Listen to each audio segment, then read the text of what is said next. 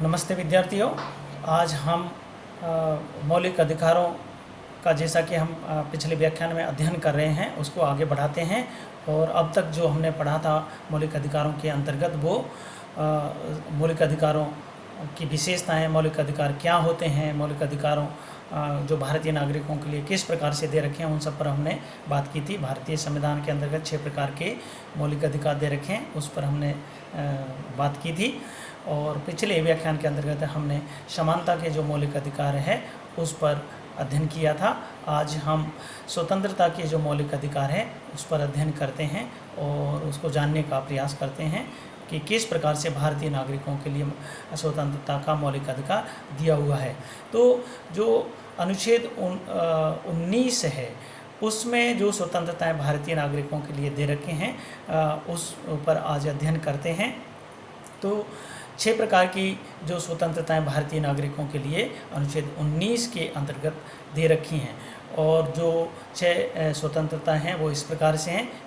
पहली विचार और अभिव्यक्ति की स्वतंत्रता, दूसरी शांतिपूर्ण सम्मेलन करने की स्वतंत्रता, भारत में कहीं भी भ्रमण करने की स्वतंत्रता, भारत में कहीं भी निवास करने की स्वतंत्रता, और समुदाय एवं संघ बनाने की स्वतंत्रता, और छठवीं है कोई भी व्यवसाय करने की स्वतंत्रता, कोई भी कारोबार करने की स्वतंत्रता, वृत्ति करने की स्वतंत्रता। तो इस प्रकार से अनुच्छेद 19 के अंतर्गत जो नागरिकों के लिए जो मौलिक अधिकार के रूप में जो स्वतंत्रताएं दे रखी हैं वो 6 प्रकार की दे रखी हैं।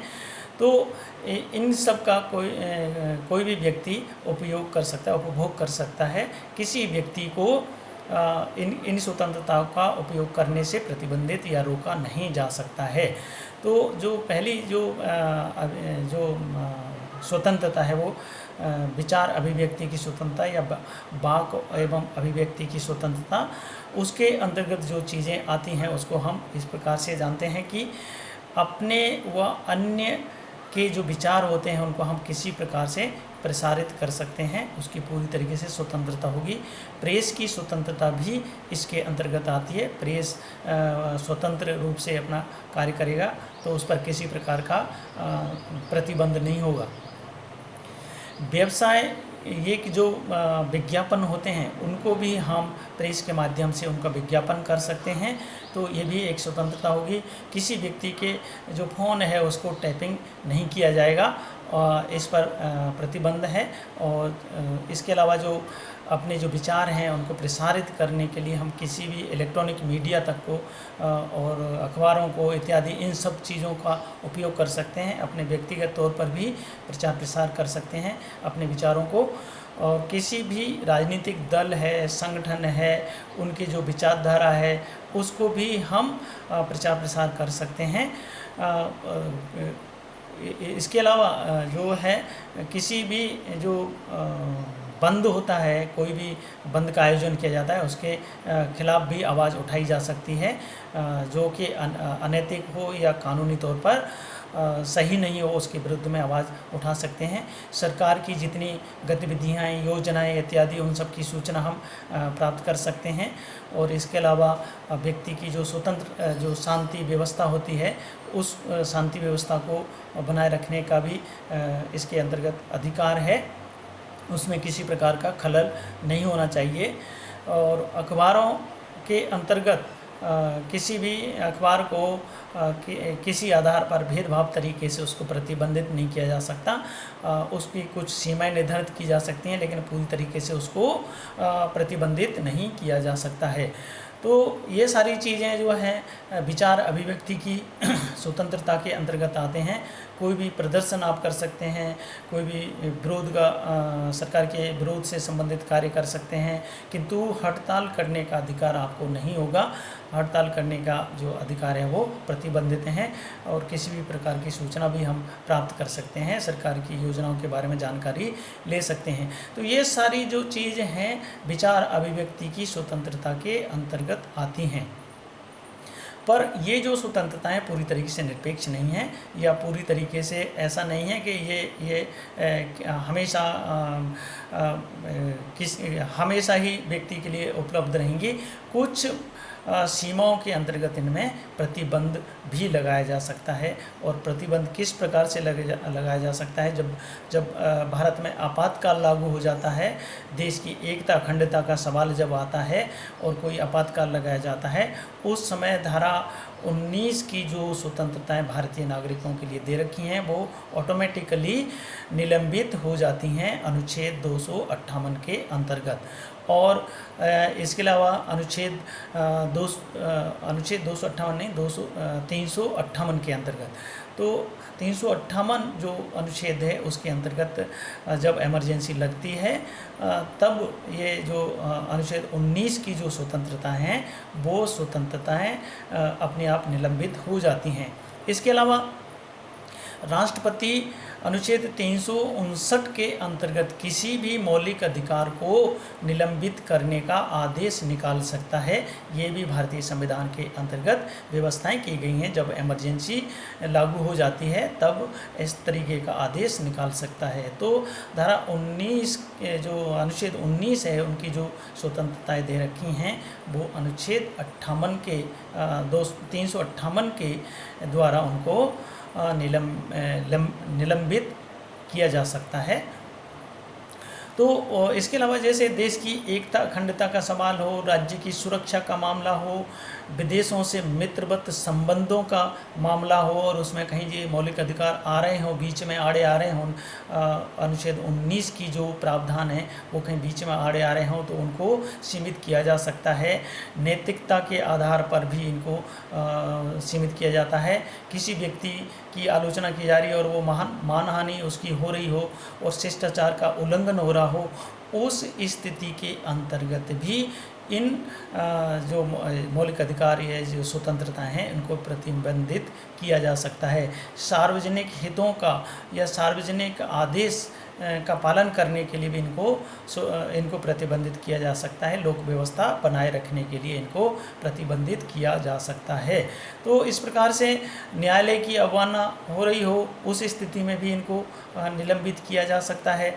अपराध से जुड़ा हुआ कोई मामला हो तो उसमें कोई व्यक्ति दावा करे कि ये तो मेरे को मौलिक अधिकार की स्वतंत्रता है, तो भाई जो अपराधी है उसके लिए ये उसके अपराध की वजह से उसको ये स्वतंत्रताएं सीमित की जा सकती हैं। और कोई व्यक्ति किसी व्यक्ति को अपराध के लिए उकसा रहा हो विचारों के माध्यम से तो उस पर भी प्रतिबंध है। वो इस तरीके का कार्य नहीं कर सकता है, किसी व्यक्ति को उकसाने का, अपराध करने के लिए प्रेरित करने का, या खुद किसी अपराध में संलिप्त हो तो उसके लिए भी प्रतिबंध लगाया जा सकता है। न्यायालयों के अवमानना के मामले में भी उन पर प्रतिबंध लगाया जा सकता है। नैतिकता और लोक व्यवस्था के लिए भी उनको प्रतिबंधित किया जा सकता है। विदेशों से यदि कोई संधि है, मित्रवत संधि की गई है, देश के हित में की गई है, यदि उस मामले में कोई विचार अभिव्यक्ति वाला जो अधिकार है वो आड़े आ रहा है तो उसको कुछ सीमित किया जा सकता है, कुछ मात्रा में सीमित किया जा सकता है। देश की एकता अखंडता के लिए भी इनको सीमित किया जा सकता है। तो पूरी तरीके से ये जो स्वतंत्रता है वो पूरी तरीके से निरपेक्ष नहीं है या पूरी तरीके से असीमित नहीं है। कुछ सीमाओं में सीमाएं इसके ऊपर लगाई जा सकती हैं। तो इसके अलावा दूसरा है शांतिपूर्ण सम्मेलन करने से संबंधित जो अधिकार है वो, तो ये जो अधिकार है यानी कि भारतीय नागरिकों को बिना हथियार के शांतिपूर्ण तरीके से कोई भी सम्मेलन करने का अधिकार है, पूर्ण तरह से उसको अधिकार रहेगा। सार्वजनिक बैठकों में भाग ले सकता है और प्रदर्शन कर सकता है और कोई सम्मेलन कर सकता है, लेकिन ये सब चीज़ें जो है शांतिपूर्ण तरीके से होनी चाहिए। देश की एकता अखंडता के ऊपर किसी प्रकार का आंच नहीं आनी चाहिए, लोक व्यवस्था के ऊपर आंच नहीं आनी चाहिए। इस पर इस प्रकार से प्रतिबंध है। सम्मेलन आप कर सकते हो परंतु शांति व्यवस्था भंग नहीं होनी चाहिए, किसी व्यक्ति की संपत्ति पर कब्जा करने के लिए नहीं की जानी चाहिए, किसी अपराध को उकसाने के लिए नहीं की जानी चाहिए, और गैर कानून तरीके से यदि की जा रही है तो वो भी नहीं होनी चाहिए। किसी व्यक्ति को या सरकार को धमकाने से संबंधित नहीं होनी चाहिए। तो इस कानूनी सीमाओं के अंतर्गत रह करके आप किसी भी प्रकार का सम्मेलन कर सकते हैं, शांतिपूर्ण तरीके से सम्मेलन कर सकते हैं। तो इस प्रकार से भारतीय नागरिकों के लिए शांतिपूर्ण तरीके से सम्मेलन करने का भी अधिकार भारतीय मौलिक अधिकारों के अंतर्गत भारतीय नागरिकों के लिए दे रखा है। इसके अलावा जो संघ बनाने से संबंधित जो मौलिक अधिकार हैं वो भारतीय नागरिकों के लिए दिया हुआ है। कोई नागरिक जो है सभा कर सकता है, संघ बना सकता है, सरकारी समिति बना सकता है, और कोई किसी राजनीतिक दल को बना सकता है, कंपनी बना सकता है, विभिन्न समितियां बना सकता है, संगठन बना सकता है, व्यापारिक संघ बना सकता है, क्लब बना सकता है। तो ये संघ बनाने का भी अधिकार इनको है, और उन संघों को, उन संगठनों को संचालित करने का भी इसको पूरी तरीके से अधिकार होगा भारतीय नागरिकों के लिए। तो ये भी मौलिक अधिकारों के अंतर्गत अनुच्छेद 19 के अंतर्गत भारतीय नागरिकों के लिए दिया हुआ है। परंतु इसमें जो प्रतिबंध होगा वो कानूनी, ये सारी चीज़ें जो हैं वो कानून सम्मत होनी चाहिए। उनका उद्देश्य कानून के आधार पर बनाया जाना चाहिए। कोई अव्यवस्था फैलाने के लिए नहीं, अशांति फैलाने के लिए नहीं होना चाहिए।